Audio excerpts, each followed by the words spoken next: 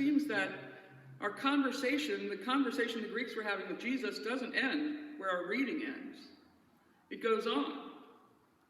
They say, what do you mean the Son of Man will be lifted up? Who is this Son of Man?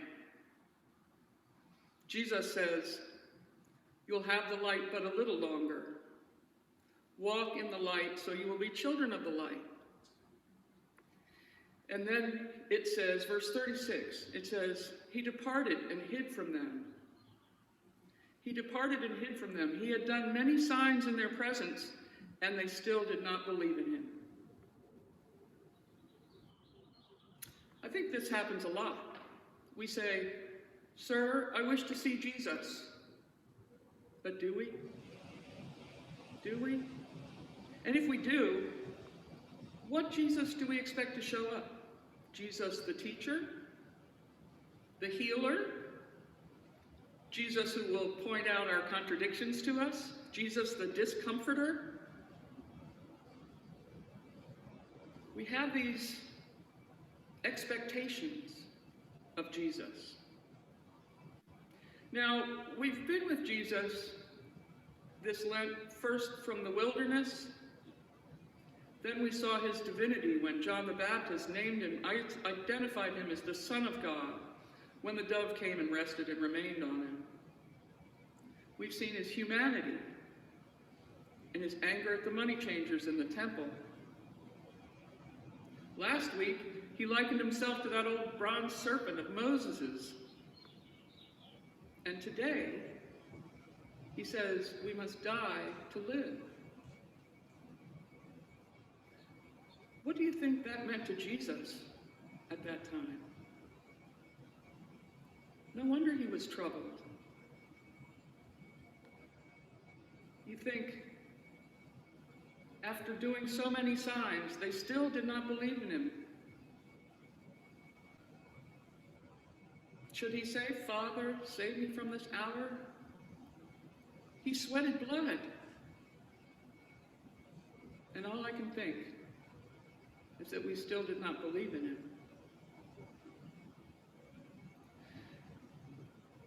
I think that we do expect a certain Jesus to show up. If we're troubled, we want Jesus the comforter. If we're hurting, we want Jesus the healer. We want Jesus maybe to validate our deeply held beliefs or something. You know, we just expect something. The thing is, Jesus doesn't show up the way we expect. And we keep expecting. Do we see Jesus in the families at the southern border crossing? Do we see Jesus in their suffering? Sir, I want to see Jesus.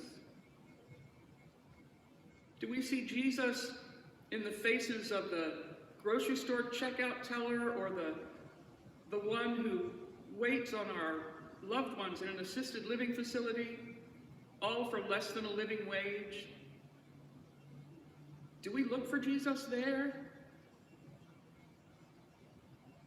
I think we shut our eyes when the Messiah we don't expect shows up. On Easter morning, outside the tomb, Mary thought Jesus was the gardener. On the Emmaus Road, the disciples talked with him for hours and didn't recognize him. Sir, we wish to see Jesus. Sometimes I wonder if I'm afraid to see Jesus. I'm afraid because I know I don't love my neighbor as much as I love myself. I'm afraid because I can talk the talk, and I don't walk the talk as well as I talk it. And maybe we're afraid to see Jesus because, you know, it's just not convenient right now.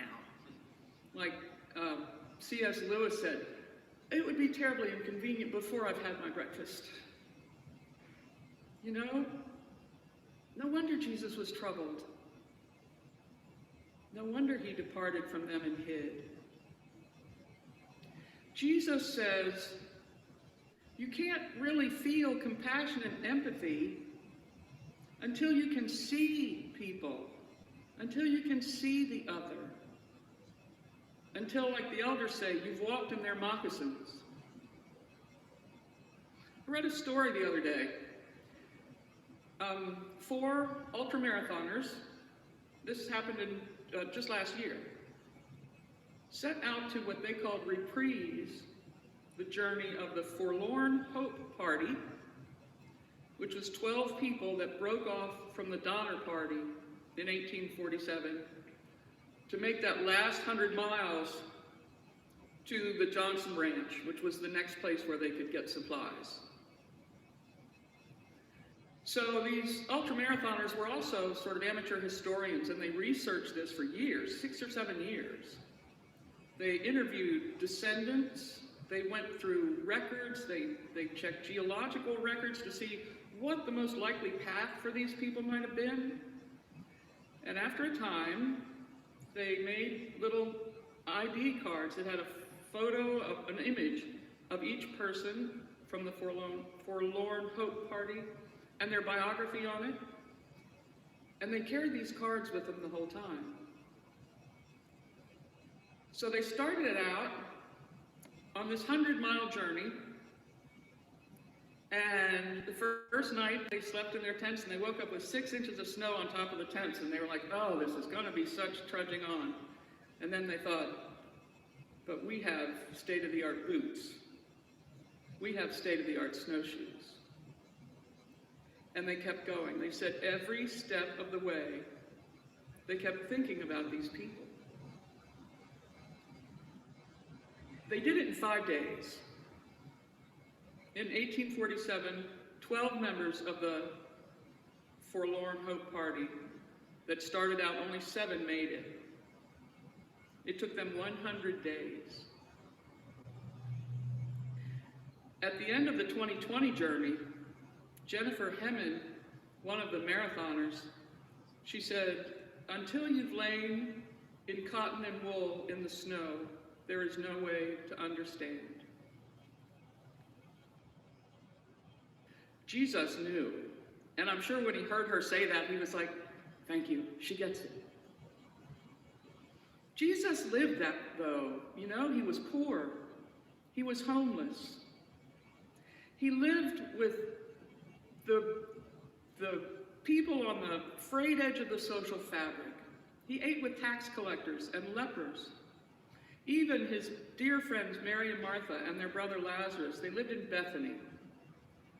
The name Bethany means house of affliction. Jesus had lain in cotton and wool in the snow.